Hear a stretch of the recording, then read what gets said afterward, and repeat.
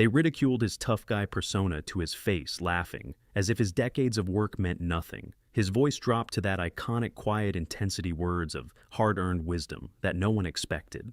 A liberal reporter thought she could humiliate Sylvester Stallone, but his response left the entire room speechless. The Beverly Hills Hotel ballroom glittered with the practiced shine of Hollywood royalty. Crystal chandeliers cast warm light across tables adorned with white orchids and fine china. The annual Veterans and Film Foundation Gala was the kind of event where reputations were made, deals were whispered between champagne sips, and the line between charity and publicity blurred like watercolors in the rain.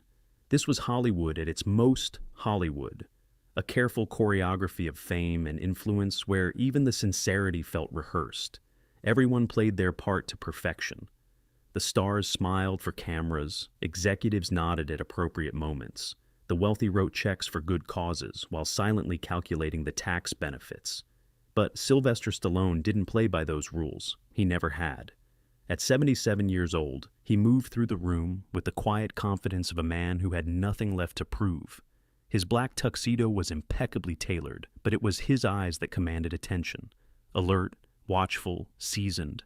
They carried the weight of decades in the industry, years of being underestimated before Rocky, of being dismissed as just another action star, of creating characters that critics mocked but audiences embraced. Tonight, those eyes scanned the room briefly before settling on a small group of veterans gathered near the bar, men and women whose military service had led them to careers in film, people Hollywood typically hired as consultants then conveniently forgot to credit. Stallone made his way toward them, no entourage, no fanfare, just a purposeful stride and a genuine smile, the kind that reached his eyes, the kind you can't rehearse. He shook hands with each veteran, not the quick political handshakes of networking, but the firm, authentic grip of equals. He asked questions and actually listened to the answers, his focus absolute as if these conversations were the only reason he had come. Across the room, Maya Stevens watched him intently. At 29, she was the youngest feature writer for The Progressive Voice, a digital media outlet known for its sharp takes on what they called problematic icons. Maya had built her reputation on takedown pieces of aging celebrities whose comments or careers she deemed out of step with modern values. Her articles generated reliable traffic, social media heat, and the kind of controversy that translated to advertising dollars. She had come to the gala with a purpose, not to support veterans, not to enjoy the evening, but to confront Stallone, to create a moment that would go viral, to prove that another relic of toxic masculinity deserved to be retired from public consciousness. She straightened her midnight blue dress, checked her phone's recorder, and mentally rehearsed the questions she had carefully crafted to provoke a reaction. Questions about violence in his films, about masculine stereotypes, about politics. She had studied his previous interviews, looking for weak spots, moments where he had shown flashes of temper. She was certain she could push him over the edge, make him reveal himself as exactly the kind of man her readers already believed him to be. After all, wasn't he just another aging action star clinging to relevance? Another man who had profited from glorifying violence, another throwback to an era best left behind. Maya was going to expose him, and her career would soar. She took a sip of champagne, liquid courage, and began moving through the crowd toward her target.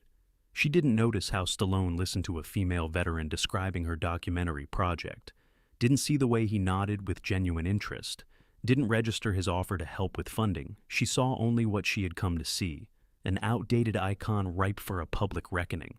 The room seemed to slow as she approached, her heartbeat quickening with anticipation. A waiter passed with a tray of hors d'oeuvre. Someone laughed too loudly at a mediocre joke. The orchestra transitioned to a new melody, details Maya barely registered. She was too focused on what was about to happen, on the story she would craft from this encounter. "Excuse me, Mr. Stallone." Her voice came out steadier than she felt. Stallone turned slightly, that famous profile now facing her directly. The veteran he'd been speaking with paused mid-sentence. "I'm Maya Stevens from The Progressive Voice," she continued, her press badge prominently displayed. "I'd love to ask you a few questions about your work and its impact." There was something in the phrasing, a slight edge to impact, that signaled her intentions. Stallone's expression didn't change, but something shifted in his eyes, a recognition perhaps. He had been in this industry long enough to recognize an ambush when he saw one.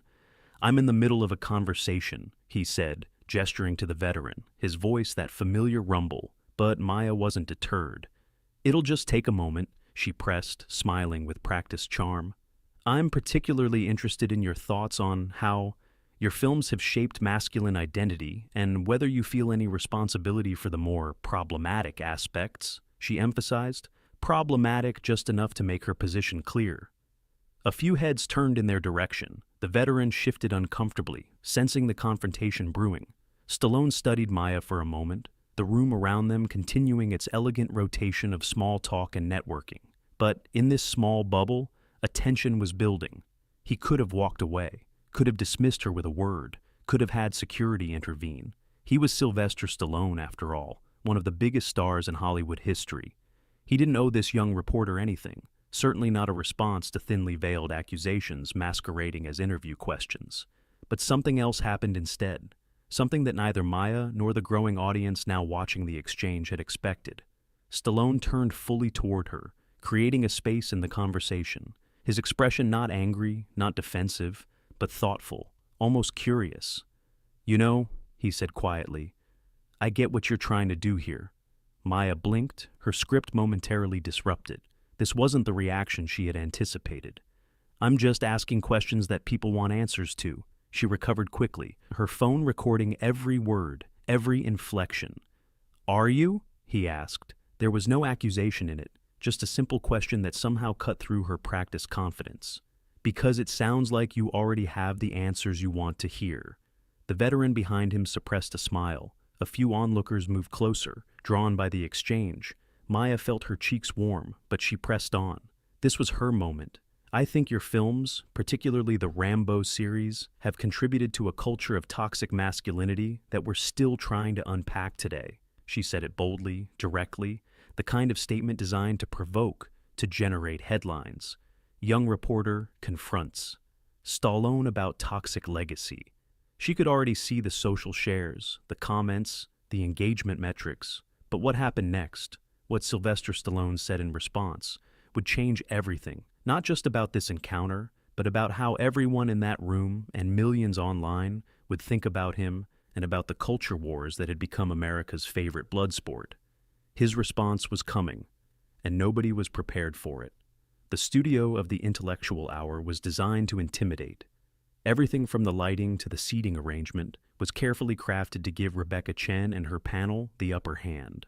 Unlike most talk shows with their comfortable sofas and coffee tables, Chen's set resembled an academic tribunal, her desk elevated slightly, backed by bookcases filled with intellectual tomes. Her guests seated lower in a semicircle as if facing a dissertation committee. The lighting was precise, illuminating the panel warmly while casting subtle shadows on the guest side of the stage, a psychological edge that most never noticed consciously. Tonight, the studio hummed with anticipation. 200 audience members, many of them graduate students from nearby universities, sat eagerly in their seats, phones ready despite the no recording policy. They had been selected carefully for their intellectual bent, for their skepticism of tech billionaires, for their readiness to react with knowing chuckles at the right moments. Behind the scenes, the production team moved with purpose. This wasn't just another episode. This was the one they had been planning since the show's inception 3 years earlier, taking down Elon Musk, the self-proclaimed genius. The man who had convinced the world he was a revolutionary innovator when they believed he was simply a savvy businessman with good timing. The control room buzzed with activity. 7 cameras positioned strategically to capture every micro-expression, every moment of discomfort, every bead of sweat that might appear when Musk was cornered. "Camera 3, stay tight on his eyes," the director instructed. "That's where we'll see it when he starts to crack." They had studied hours of footage, mapping his patterns, his tendencies under pressure, the slight tick in his right eye when uncomfortable, the way he sometimes paused mid-sentence when unsure. These would be their telltale signs of victory. Dr. Miranda Jeffries adjusted her glasses, reviewing her notes one final time. She had spent months investigating Musk's companies, interviewing former employees, collecting anecdotes of his technical limitations. Her book, Billionaire Myths, had dedicated an entire chapter to what she called the Musk phenomenon, arguing that his success came not from genius, but from capitalizing on others' innovations. To her left, Dr. James Whitman scrolled through equations on his tablet, refreshing the complex physics he planned to reference to expose Musk's superficial understanding. His Princeton colleagues had laughed when he mentioned the upcoming interview. Ask him about modal analysis of orbital dynamics, one had suggested, or the quantum efficiency limits in photovoltaic materials. Surely a man without formal training would stumble on such technical questions. Tanya Rodriguez tapped her pen rhythmically against her notepad. Her Pulitzer, displayed prominently on her website biography, gave her questions additional weight. She had brought down CEOs before, exposed corporate malfeasance, revealed the gap between public claims and private realities. Tonight would be her biggest target yet. Chen herself projected perfect confidence, hair and makeup impeccable, her Yale and Columbia degrees mentioned prominently in her introduction. Her questions organized on index cards, color-coded by topic with follow-ups ready depending on Musk's responses, or rather, his expected failures to respond adequately.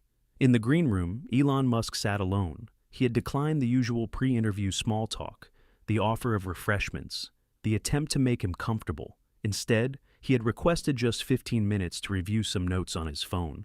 The production assistant assigned to him reported back to the producer. He's just sitting there, scrolling through something, doesn't seem nervous at all. The producer frowned. Is he prepping answers? The assistant shrugged. Can't tell, but he didn't bring any team with him. No PR people, no assistants, just himself. This wasn't the usual approach for a high-profile guest, especially one about to face such a challenging panel. Most came with entourages, with media trainers, with prepared talking points. Musk had arrived alone, in an understated Tesla, driven by himself. The simplicity of it had momentarily unsettled the producer, though he quickly dismissed the feeling. On the monitors, the audience was being prepped, the warm-up comedian instructing them when to applaud, highlighting the prestigious backgrounds of Chen and her panel, subtly positioning Musk as the outsider, the pretender among experts. We have over 12 advanced degrees on our panel tonight, he said with exaggerated impression. And then, we have a guy who spent 2 whole days at Stanford. The audience laughed right on cue, setting the tone for what was to come. The floor director appeared at the green room door. 5 minutes, Mr. Musk. Musk looked up from his phone, nodded once, but said nothing, his expression giving away nothing of what he might be thinking, as he slipped his phone into his pocket and stood, straightening the simple dark jacket he wore over a black t-shirt, no tie, no pocket square, none of the trappings that usually signaled wealth and position. In the studio, the pre-show music began, a classical piece chosen to signal seriousness, intellectual gravity. The panel took their positions, arranging notes, adjusting microphones, exchanging quick, reassuring glances. They had prepared for this, rehearsed their questions, anticipated his responses. There was no way he could match their combined expertise. Chen received a final touch of powder from a makeup artist, then nodded to the floor director. The red lights on the cameras illuminated. 30 seconds, came the call. The audience settled, the energy in the room focusing like a lens concentrating sunlight. Chen straightened her posture, the perfect image of journalistic authority, as the countdown continued. 15 seconds, 10 seconds, 5, 4, 3, 2, 1. The show's theme music swelled. Cameras panned across the impressive set before settling on Chen, who gazed directly into the main camera with practiced intensity. Welcome to the intellectual hour, her voice carrying the perfect blend of warmth and authority as she delivered her opening lines, introducing the topic, framing the conversation, establishing the intellectual credentials of her distinguished panel in careful contrast to the limited formal education of their guest. And then, it was time. Please welcome Elon Musk. The applause was polite but restrained, as instructed, as Musk walked onto the set, cameras following his movement, the audience studying him, some with curiosity, others with barely concealed skepticism. He moved without hurry, taking his seat in the guest position, the lighting subtly highlighting the panel's faces while leaving his slightly shadowed, a small psychological edge. He seemed not to notice, or perhaps not to care. The initial questions began, softballs designed to create a false sense of security. Questions about recent launches, stock prices, market competition. Musk answered easily, concisely, without elaboration. Chen exchanged a quick glance with Dr. Whitman, not quite the verbose self-promotion they had expected. But the night was young. The real questions were still to come. The audience leaned forward slightly, sensing the shift as Chen's tone changed almost imperceptibly, her posture straightening as she prepared to begin the real interview, the one they had all come to see, the takedown of a man they believed had fooled the world into thinking he was a genius, when to them he was merely a showman with good marketing and impeccable timing. The trap was set, the stage was prepared, the players were in position. What they didn't realize was that the man they planned to expose might be playing an entirely different game, one they hadn't prepared for, one they couldn't anticipate. As Chen leaned forward, eyes narrowing slightly, ready to spring the first real trap, Musk's expression remained neutral, but something flickered in his eyes, something none of the cameras caught, a quiet readiness that might have warned them had any of them been looking for the right signs. Rebecca Chen leaned forward, her posture shifting subtly from conversational to prosecutorial. "So, Elon, let's talk about your background," she began, her tone deceptively casual. "You're widely described as a genius, an innovator changing multiple industries, yet your formal education is relatively limited compared to most tech leaders." The trap was being set, piece by careful piece. 2 days at Stanford before dropping out. No advanced degree in physics, engineering, or computer science. She paused for effect, allowing the contrast to sink in. How do you respond to critics who suggest that perhaps your reputation for technical brilliance is more about marketing than actual expertise? The audience stirred, sensing the first real challenge. Dr. Whitman leaned forward slightly, eager to follow up on any weakness. Musk considered the question, his expression unchanged. "Education comes in many forms," he replied evenly. "I've always been an autodidact, learning through reading, doing, and building." Chen smiled thinly, exactly the response they had anticipated. "Yes, but surely there's a difference between reading about rocket science and actually having the technical training that NASA engineers receive." Dr. Jeffries jumped in, right on cue. "If I may add to that," her voice carrying the practiced authority of decades in academia, "in my research on tech leadership, I've found a pattern of self-taught entrepreneurs overestimating their technical understanding, especially in complex fields like aerospace." She adjusted her glasses, a gesture she used when delivering what she considered a decisive point. SpaceX employs brilliant engineers with advanced degrees from MIT, Caltech, Stanford.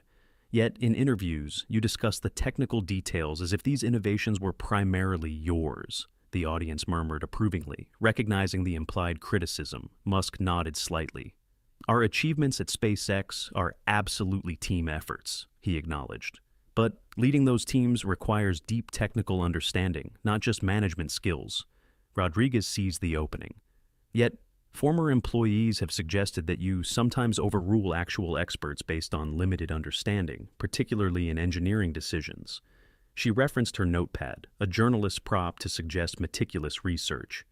"One former Tesla engineer described you as dangerously confident in areas where his knowledge is superficial."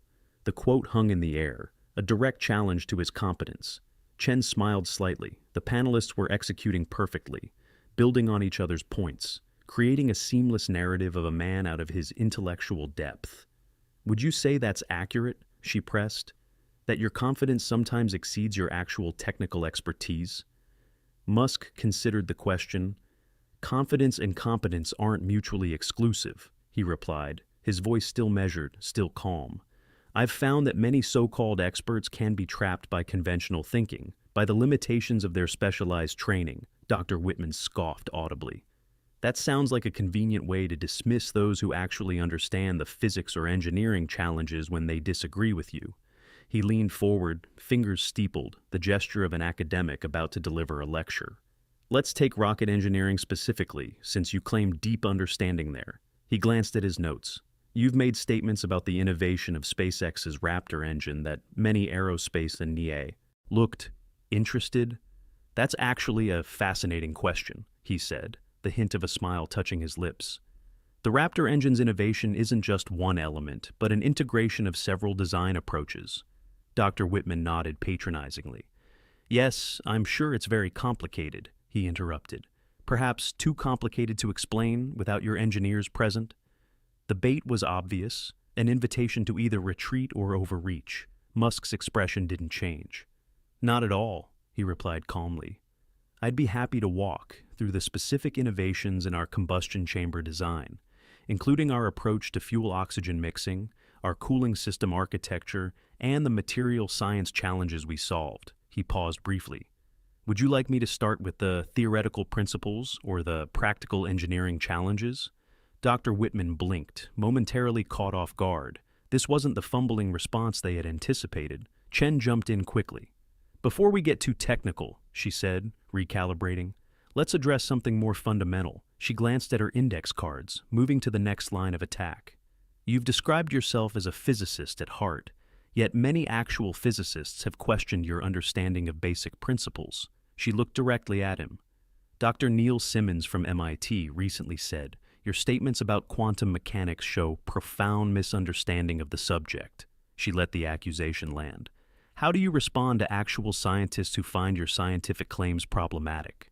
It was a clever pivot, away from the specific engineering question that Musk seemed too comfortable with, toward broader scientific criticism. Dr. Jeffries nodded along. And this pattern appears across disciplines, she added. Your claims about artificial intelligence have been criticized by leading AI researchers, your neuroscience statements questioned by neurologists, your solar technology claims challenged by material scientists. She spread her hands, a gesture of apparent reasonableness. Do you see how this creates the impression that you're a dilettante rather than a deep thinker? Someone skimming across the surface of complex fields rather than truly understanding them? The audience murmured agreement. The framing resonated with them, reinforced their pre-existing suspicions. Rodriguez pressed further. And there's a real consequence to this. Her tone serious, concerned. When you make pronouncements on complex subjects, markets move, investments flow, based on your perceived expertise. She leaned forward. Don't you have a responsibility to be more humble about the limitations of your scientific understanding? The three-pronged attack was complete. His intellectual credibility challenged, his integrity questioned, his social responsibility criticized, all at once from three different angles. Chen watched carefully, certain they had him cornered, that now, finally, he would crack, show the defensive anger, the insecurity beneath the confidence.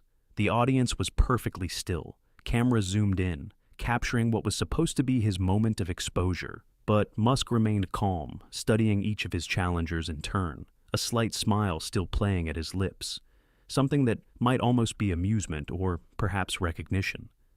It seems we've reached the heart of the matter, he said finally, his voice quiet but clear, carrying easily through the silent studio. And I appreciate the directness of your questions. Chen frowned slightly, confused by his composure, by the lack of defensiveness. This wasn't how targets usually responded to their carefully crafted ambushes. If I understand correctly, Musk continued, you're essentially asking if I'm an intellectual fraud. He stated it plainly, without anger or offense. If my understanding of physics, engineering, AI, and other fields is superficial, despite my company's successes in those areas. He looked directly at Chen. Is that a fair summary of your question? She hesitated, then nodded.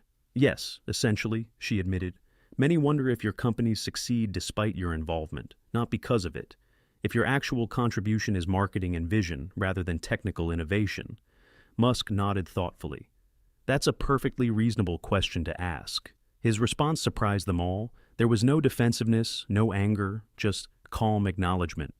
And it deserves a thoughtful answer. He settled back slightly in his chair, seemingly relaxed despite being surrounded by hostile questioners.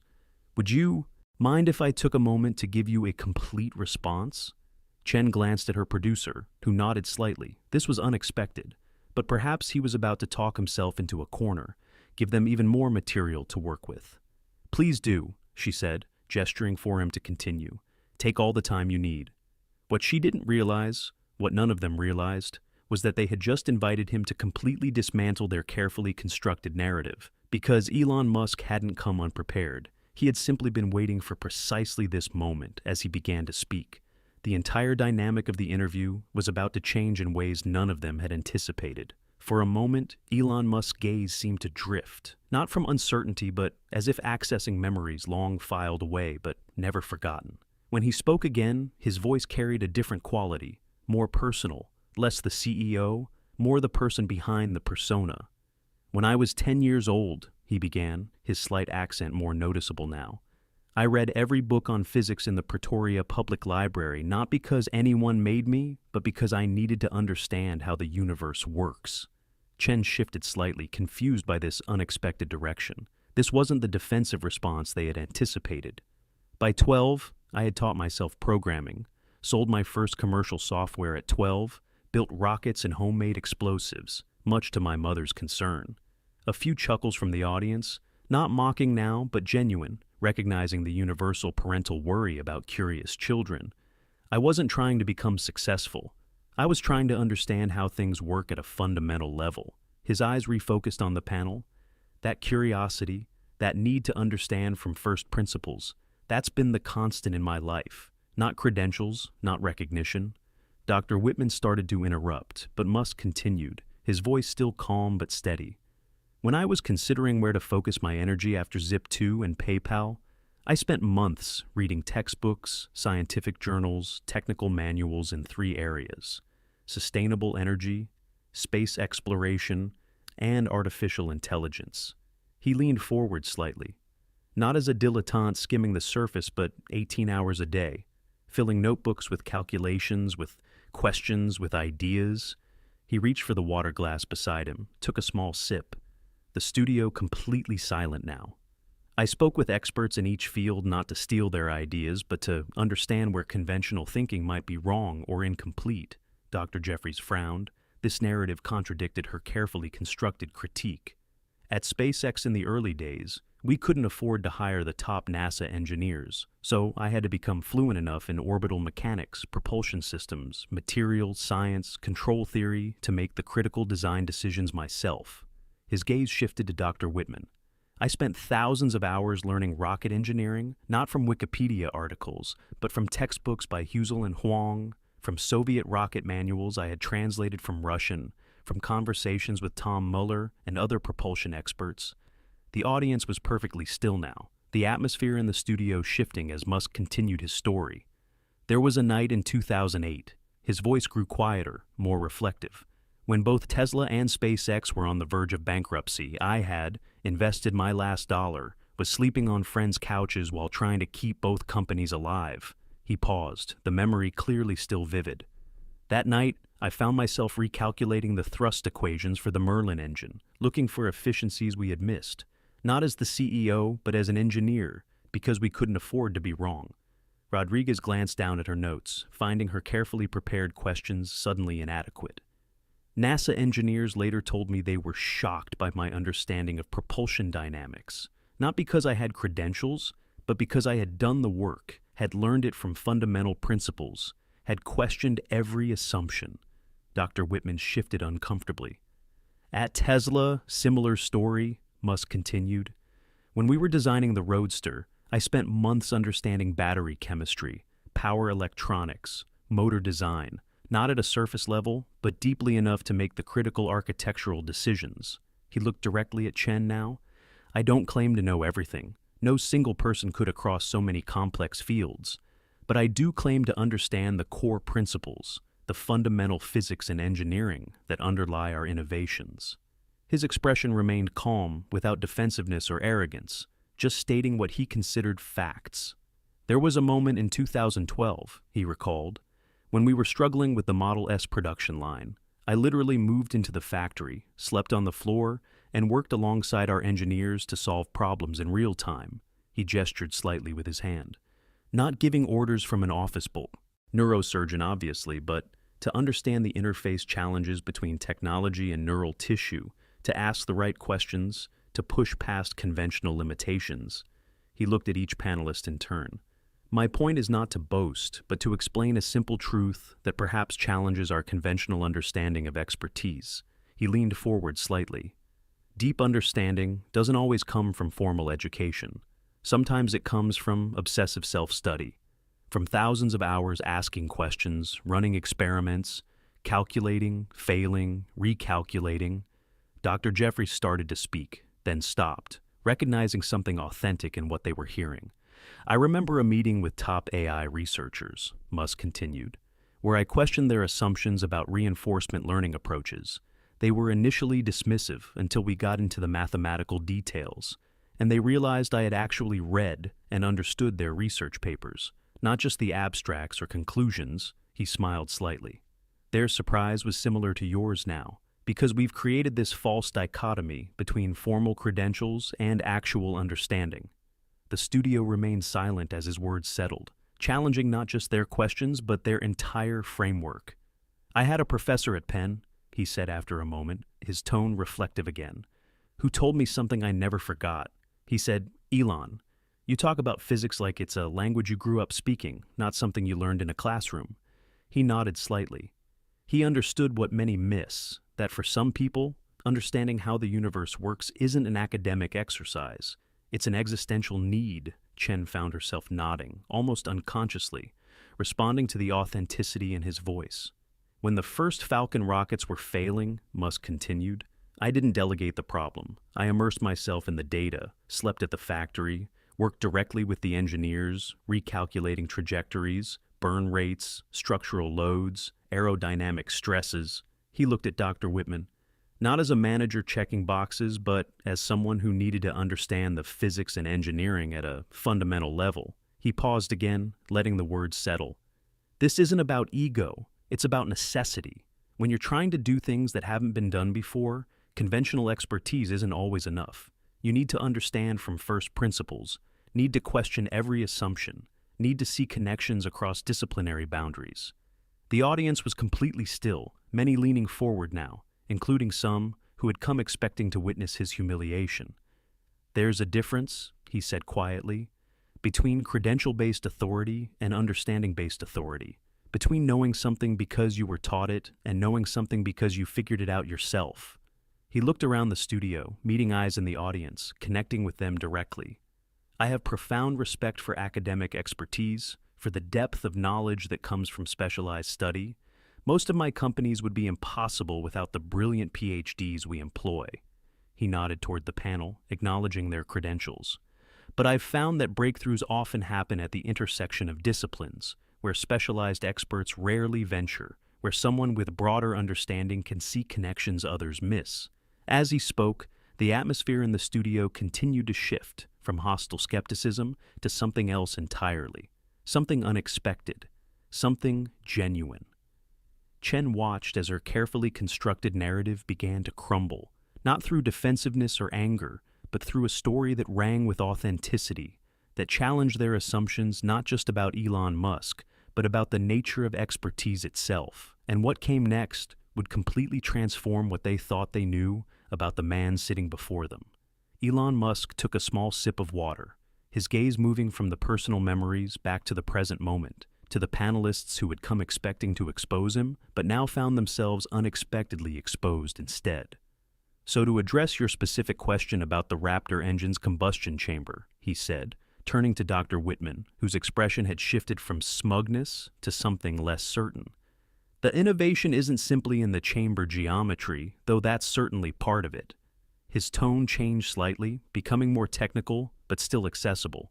Traditional rocket engines, including the Russian RD-180 that inspired us, use a stage combustion cycle, but with Raptor, we implemented a full-flow stage combustion cycle, something theorized for decades but never successfully built. Dr. Whitman blinked, clearly not expecting this level of detail. The engineering challenge wasn't just theoretical, it was practical. How to handle the extreme temperatures and pressures without material failure, particularly at the oxygen pump. Musk leaned forward slightly, hands moving now to illustrate the concepts. We had to redesign the turbopump bearings using a superalloy matrix that could withstand oxygen-rich conditions, something aerospace engineers had considered nearly impossible. He continued, with precise technical details. Fluid dynamics, calculations, metallurgical innovations, thermal management systems, all delivered with the fluency of someone who had lived and breathed these engineering challenges for years. Dr. Whitman's face transformed from skepticism to reluctant recognition, as Musk described specific engineering problems that only someone deeply involved in actual rocket development would understand. The chamber pressure in Raptor exceeds 300 bar, significantly higher than any operational rocket engine, which creates both challenges and efficiencies in our propellant utilization. Musk didn't speak like someone reciting memorized talking points, but like an engineer who had personally solved these problems through years of iteration and testing. Chen glanced nervously at her producer, who stood frozen off stage. This wasn't the fumbling response they had anticipated. This was a masterclass delivered with quiet confidence and undeniable expertise. So, to answer your question directly, Musk concluded, looking at Dr. Whitman, the innovations in our combustion chamber design aren't just incremental improvements. They represent fundamental rethinking of rocket engine architecture based on first principles physics. He paused briefly.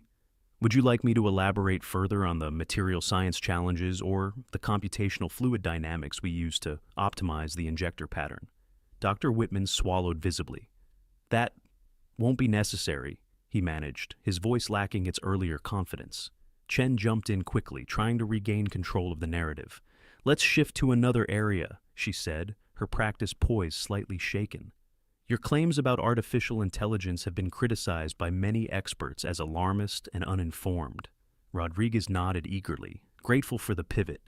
You've predicted AI developments that specialists in the field consider unrealistic, showing what many view as a fundamental misunderstanding of the technology. Musk nodded thoughtfully. That's an interesting perspective, he said, his voice still calm. I've invested in AI research longer than almost anyone, co-founding OpenAI before most people took deep learning seriously. He leaned back slightly, completely at ease now. I've worked directly with pioneers like Demis Hassabis, Ilya Sutskever, and others, not as a passive investor, but as someone deeply engaged in the technical and philosophical questions. He looked directly at Rodriguez.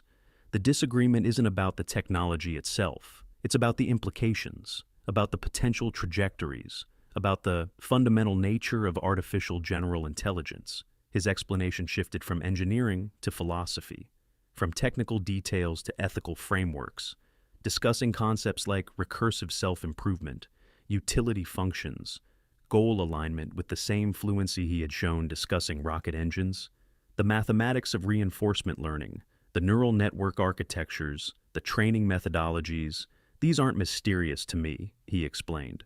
My concerns aren't based on science fiction, but on understanding the technological possibilities, the game theory implications, the potential unintended consequences. Dr. Jeffries tried to interrupt, but Musk continued.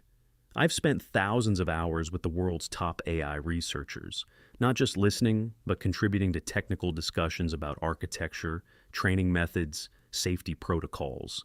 The audience was completely silent now, many leaning forward in their seats, captivated not by drama, but by substance, by the unexpected depth behind the headlines they had read.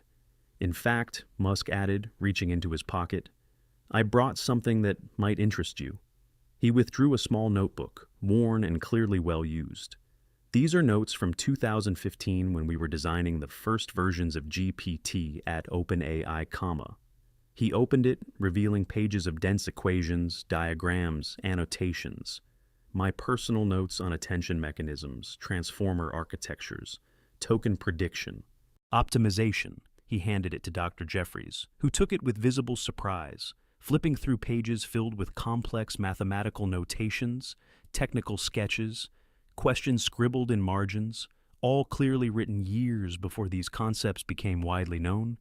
These aren't talking points prepared for an interview, Musk said quietly. They're the actual work of someone trying to understand a complex technical field from first principles. Dr. Jeffries looked up from the notebook. Her expression transformed from academic superiority to genuine reassessment. This is quite detailed, she admitted, her voice carrying a new respect.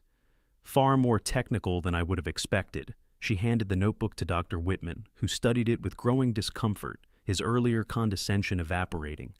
The equations for the attention mechanism are correctly formulated, he acknowledged reluctantly, And these margin notes? He pointed to Musk's handwritten questions. These are exactly the right questions about the limitations of the architecture. Chen watched in growing alarm as her expert panel transformed before her eyes, from prosecutors to colleagues sharing a technical discussion with someone they now recognized as legitimately knowledgeable.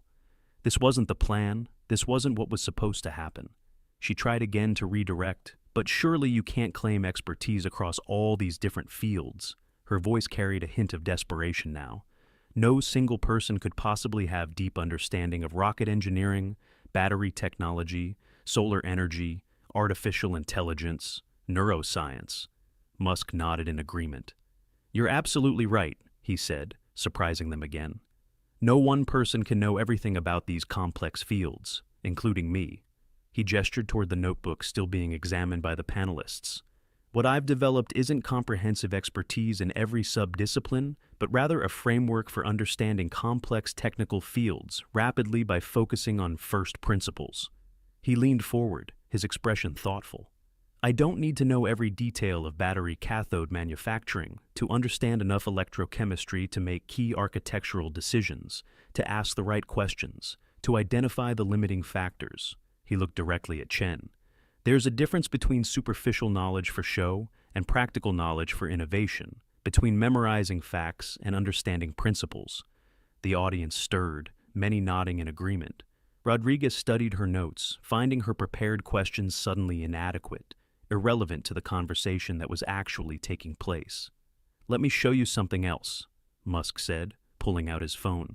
This is an engineering problem we solved last month at SpaceX. He handed the device to Dr. Whitman, displaying complex simulation results. This is the computational fluid dynamics model for our Starship heat shield, solving for re-entry plasma dynamics at hypersonic velocities. Dr. Whitman studied the screen, his expertise in physics allowing him to recognize the sophistication of the work. These simulations are impressive, he admitted, scrolling through the data. Who developed this model? Musk smiled slightly. The team built the simulation framework, but these specific parametric variations, the boundary conditions, the turbulence modeling adjustments, those were my contributions last Sunday afternoon. He said it without boasting, simply stating a fact. I still spend about 70% of my time on engineering and design, not on being a CEO. Chen watched in growing disbelief as her carefully orchestrated exposure transformed before her eyes into something entirely different.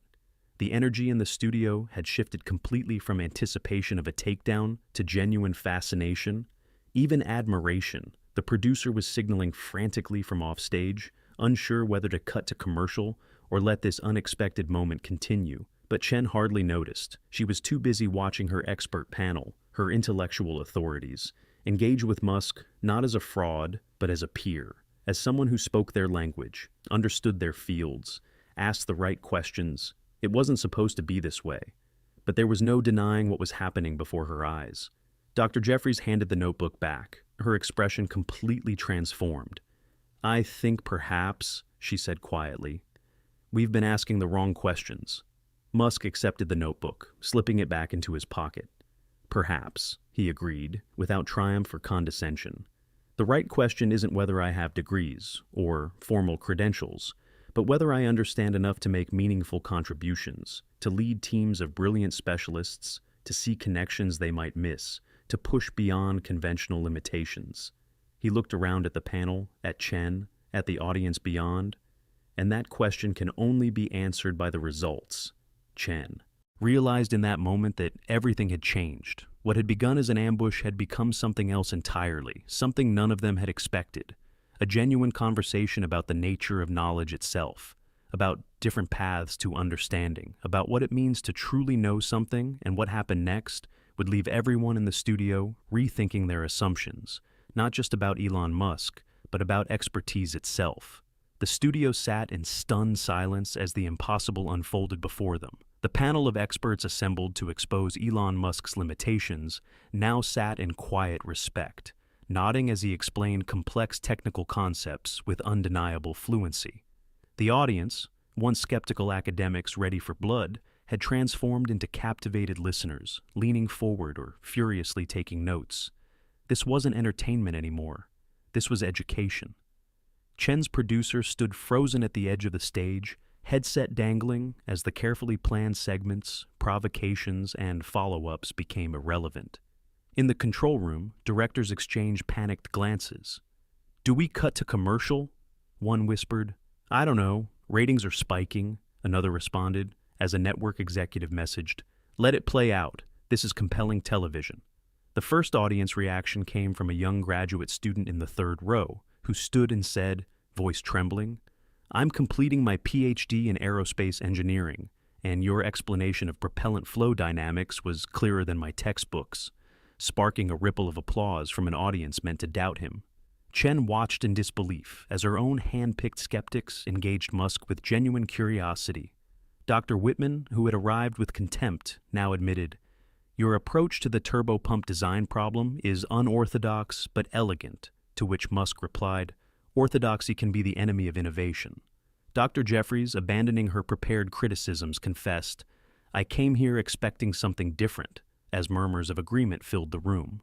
Rodriguez, her journalistic skepticism fading, asked, "Why haven't you shared this side of your work before?"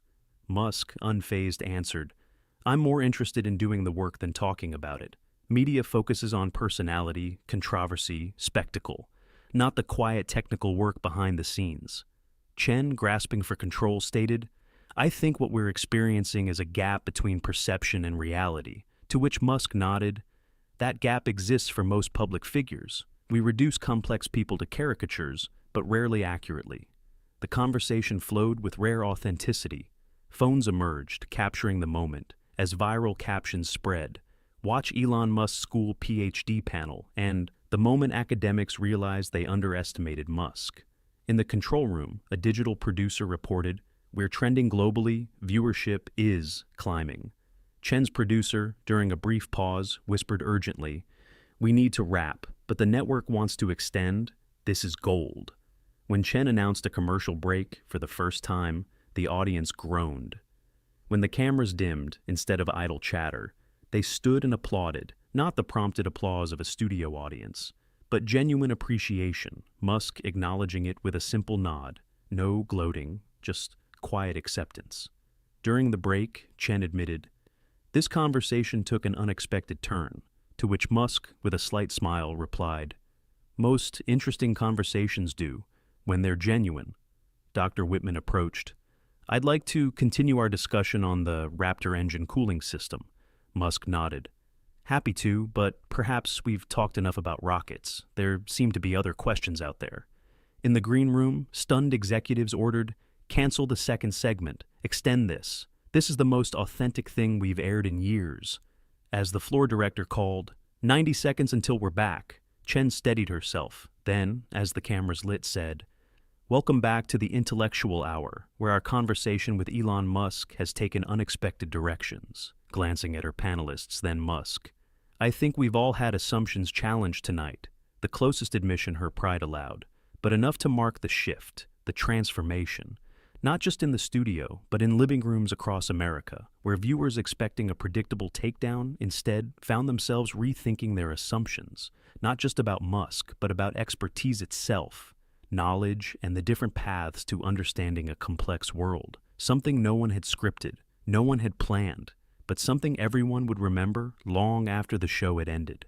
As the conversation continued on screen, something remarkable happened in living rooms across America, in college dormitories, in airport lounges, in bars and restaurants. Wherever people gathered around televisions, the energy shifted.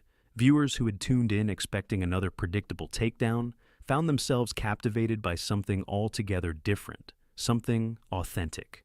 Twitter erupted first, clips from the interview spreading faster than content moderators could track them. Ish Musk vs. experts trending within minutes, followed quickly by intellectual, humility, and first principles thinking. Comments flooded in from unexpected sources, professors who had previously criticized Musk acknowledging the depth of his responses, engineers confirming the accuracy of his technical explanations. A prominent AI researcher tweeted, "Watching Musk explain transformer architecture with that level of mathematical precision is making me rethink some assumptions," while an aerospace engineer added, His breakdown of full-flow stage combustion was textbook accurate but somehow clearer than any explanation I've seen. At MIT, a physics professor paused his evening class to stream portions of the interview. "This," he told his students, pointing to the screen, "is what it looks like when someone truly understands from first principles, not just from memorization." The students watched in silence, witnessing something that contradicted the narrative they had absorbed through years of media coverage. At Stanford's engineering department, a viewing party spontaneously formed, graduate students crowding into a lounge, many taking notes as Musk explained complex technical concepts with unusual clarity. "I've been skeptical of his technical claims," one doctoral candidate admitted, "but his explanation of those CFD models was legitimately impressive." Across Silicon Valley, the interview became must-see content.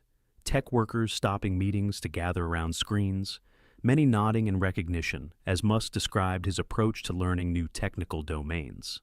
"That's exactly how learning works when you're building something new," a senior engineer at Google remarked. "Textbooks only get you so far, then you have to figure it out yourself." Even competitors acknowledged the unexpected demonstration of expertise, a senior executive at a rival car company texting colleagues, "No wonder Tesla moves so quickly. Their CEO actually understands the engineering trade-offs at a deep level." In newsrooms across the country, editors scrambled to adjust their framing as clips from the interview contradicted years of established narratives about Musk's technical background. "We need to revisit our coverage," one editor told his team. "This doesn't align with how we've characterized his expertise." At educational institutions, the interview was already being incorporated into next week's curriculum. At Harvard Business School, a professor emailed colleagues, "This is a case study in different paths to expertise, in the limitations of credentialism, in leadership that bridges technical and strategic thinking." By midnight Eastern Time, viewership data showed something unprecedented. People were finding and streaming the interview in numbers that broke platform records, comment sections filling with variations of, "I've never seen anything like this on television. This is what genuine expertise looks like. Why can't we have more conversations like this?" A media studies professor explained the phenomenon to her late-night class. "What we're witnessing is the power of authenticity in a media landscape built on performance. Genuine knowledge stands out because it's become so rare." In Washington, D.C., policy advisors exchanged messages about potential implications. If his technical understanding is this deep, maybe we should reconsider some of our assumptions about his companies. Even political commentators, normally quick to fit everything into partisan frameworks, found themselves at a loss. "This transcends the usual categories," one admitted on a late-night broadcast. "It's not about left or right. It's about depth versus superficiality, about understanding versus credentialism." At rival networks, emergency production meetings convened. "How do we respond to this?" one executive demanded. "It's completely changed the conversation." A producer shook his head. "We can't just go back to the same narratives, not after people have seen this." By morning, the wider impact was becoming clear. Academic journals were receiving submissions, analyzing the interview's implications for expertise, innovation, and education. Tech forums were filled with discussions about first principles thinking, about different paths to mastery, about the relationship between formal education and practical knowledge. Chen herself woke to find her social media flooded, not with the usual partisan reactions, but with thoughtful reflections on what the interview revealed about media, expertise, and intellectual humility. "Last night changed how I think about what we do," one viewer wrote. "It showed the difference between performing intelligence and actually demonstrating it." Dr. Whitman gave an interview to his university newspaper, showing remarkable candor. "I came with certain assumptions about Musk's technical understanding, and I was simply wrong," he admitted. His grasp of physics principles, of engineering challenges, of design trade-offs was genuinely impressive. Dr. Jeffries faced similar questions as students cited the interview in challenging some assertions in her book about tech leaders. "Academic inquiry requires us to revise our views when presented with new evidence," she told her class. And what we saw last night is certainly new evidence. At SpaceX headquarters, employees exchanged knowing glances as media coverage exploded. "We've been trying to tell people for years," one engineer commented. "He's not just the money guy or the vision guy. He's deeply involved in the technical decisions." Another nodded. Remember that time he spotted the flaw in our control system calculations that all of us had missed? That's the guy we saw on TV last night. Tesla's engineering team experienced similar vindication. The public is finally seeing what we see, their chief vehicle engineer remarked. Someone who understands both the technical details and the big picture. But perhaps the most significant impact was happening in classrooms where teachers were already using clips from the interview to discuss different types of learning, different paths to understanding. Not everyone needs a PhD to contribute, a high school science teacher told her students. But everyone needs curiosity, persistence, and first principles thinking. Education forums lit up with discussions about the implications. Are we overvaluing credentials and undervaluing demonstrated knowledge? One thread asked, gathering thousands of responses. Parents reported conversations with children about different ways of learning, about questioning assumptions, about intellectual humility. My daughter wants to be an engineer, one mother wrote, and seeing someone explain complex concepts with such clarity was inspiring to her. Universities faced questions about the balance between theoretical knowledge and practical application, between specialized expertise and interdisciplinary understanding. This interview challenges us to rethink how we evaluate knowledge. A dean of engineering admitted, credentials matter, but they're not everything. Journalists who had covered Musk for years found themselves revisiting assumptions that had shaped their reporting. I think we've been asking the wrong questions, a technology reporter acknowledged in a surprisingly candid podcast appearance, focusing on his tweets, his personality, rather than the substance of his work. Even Chen was rethinking her approach to intellectual discourse as she watched viewership numbers continue to climb, as substantive think pieces replaced the gotcha headlines she had expected. The programming director called with unexpected news. Last night was our highest-rated episode ever, and the network wants to explore a new format based on what happened. She listened in surprise as he outlined a vision for more authentic intellectual exchange. Less confrontation, more exploration, less gotcha, more genuine curiosity. People are hungry for substance, he explained, for conversations that actually go somewhere, that illuminate rather than inflame. Across America, in universities and workplaces, in online forums and dinner tables, the conversation continued, not about who won or lost, not about politics or personalities, but about knowledge itself, about expertise and innovation, about the different paths to understanding our complex world. Something had shifted, perhaps subtly, perhaps temporarily, but undeniably. The interview had struck a chord, had revealed an appetite for substance over spectacle, for authentic understanding over credential-based authority. And as clips continued to spread, as viewership numbers climbed, as discussions deepened, it became clear that what had happened wasn't just a viral moment, wasn't just a clever response. It was a window into something essential, something many had forgotten in our credential-obsessed culture, that true understanding doesn't always come with degrees, doesn't always speak in academic language, but reveals itself undeniably when tested, when challenged, when given the space to demonstrate what it actually knows. 1 week after the interview that changed conversations across America, Elon Musk sat in his office at SpaceX, reviewing rocket engine designs much as he had done before, the media storm, the viral clips, the endless commentary. A young engineer entered, tablet in hand, hesitating slightly at the threshold. "Come in," Musk said, looking up from the schematics. "I wanted to thank you," the engineer said, voice slightly nervous. "For what happened on that show?" Musk raised an eyebrow questioningly. "My parents finally understand what I've been telling them about working here," the engineer explained. "They thought I was exaggerating about your technical involvement, but after seeing that interview, they get it now." Musk nodded, a small smile touching his lips. "Glad it helped," he said simply before returning to the designs. The moment was brief, but it captured something essential about what had happened, how a single authentic exchange had shifted perceptions, not through carefully crafted messaging, but through genuine demonstration. Across the country, similar conversations were taking place in classrooms where teachers were using clips from the interview to discuss different types of intelligence, different paths to expertise, different ways of understanding our complex world. The most important thing we learned, a high school physics teacher told her students, isn't about rocket engines or AI. It's about how knowledge actually works. The students listened attentively, more engaged than usual. Formal education provides frameworks, methodologies, foundations. But deep understanding often comes from something else entirely. She played a clip from the interview, where Musk explained his process of learning new technical fields from first principles. Notice how he doesn't just know facts, she pointed out. He understands the underlying principles, the relationships between concepts, the why behind the what. At Stanford University, a professor of education was leading a faculty discussion about the implications. This challenges our entire credential system, he acknowledged, raises fundamental questions about how we recognize and validate knowledge. His colleagues nodded, some uncomfortable with the implications, others energized by the possibilities.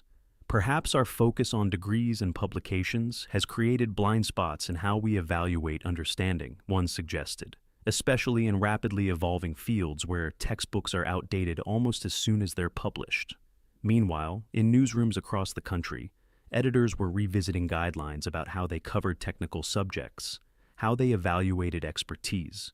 "We need more humility in our reporting," one editor told his team, recognizing that credentials aren't everything, that understanding comes in different forms, that our preconceptions can limit what questions we ask, what answers we hear. A journalist who had covered tech for decades wrote a surprisingly candid piece.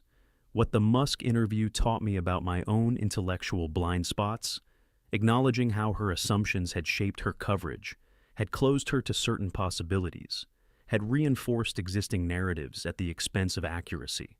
Rebecca Chen herself was experiencing her own reassessment as she prepared for a new format that her network had enthusiastically approved: intellectual explorations.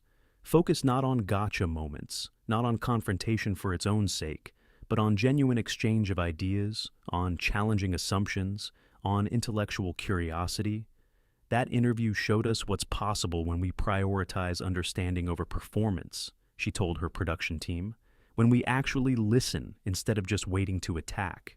Even Dr. Whitman, the physicist who had come armed with technical questions designed to expose ignorance, found himself reflecting on the experience in a guest lecture at Princeton. "I was wrong," he admitted to the students, "not just about Musk's technical understanding, but about something more fundamental, about how expertise can develop outside traditional pathways." He paused, considering his words carefully. "The academic in me wants to say this is an exception, an outlier, but the scientist in me knows when data challenges your hypothesis, you must reconsider your assumptions."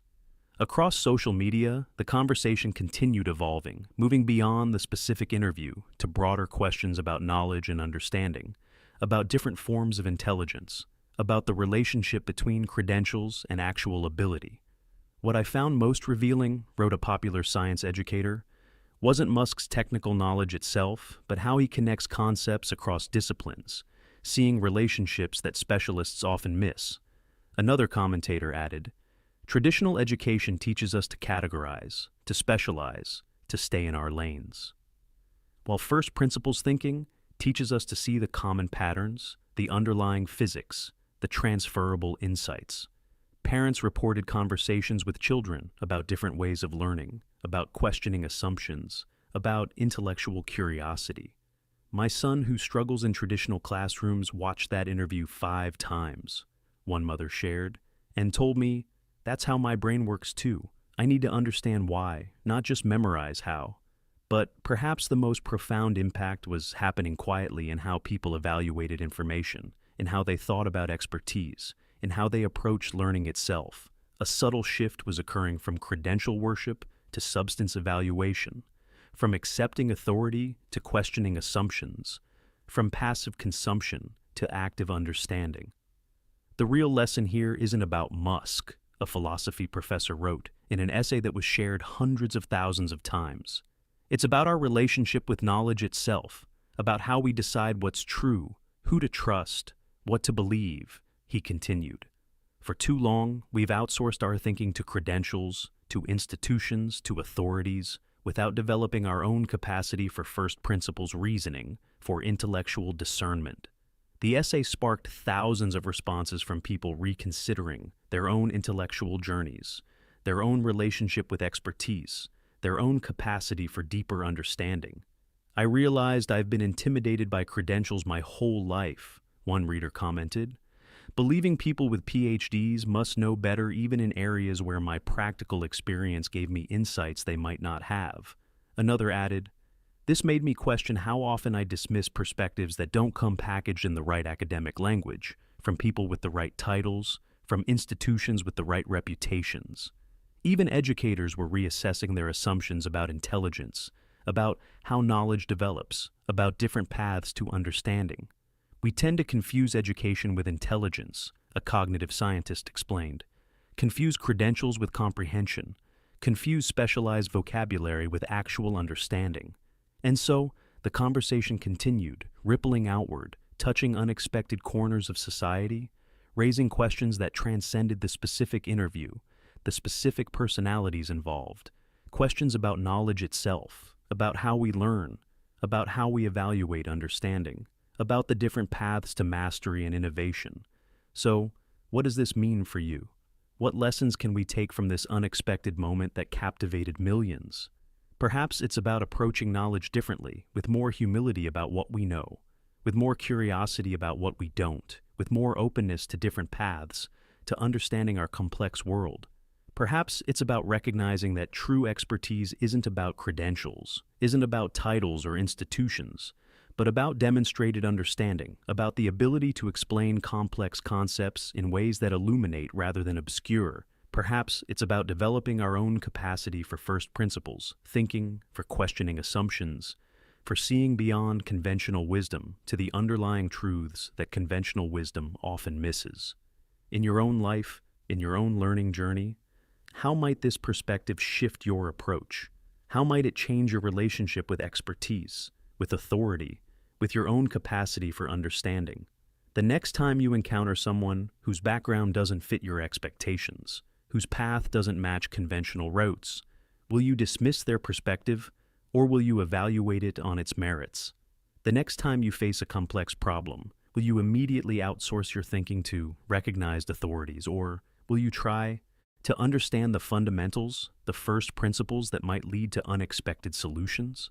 These are the questions that linger long after the viral clips have faded from feeds, the questions that matter, not just for how we view Elon Musk or any individual, but for how we approach knowledge itself in an increasingly complex world, where conventional expertise alone may not be enough to solve our most pressing challenges, where combining deep understanding across traditional boundaries may be exactly what we need.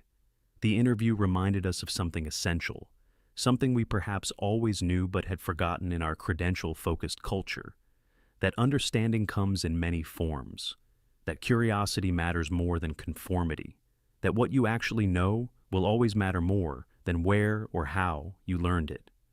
If this story inspired you to think differently about expertise, about learning, about knowledge itself, don't just like and subscribe, though we certainly appreciate that too.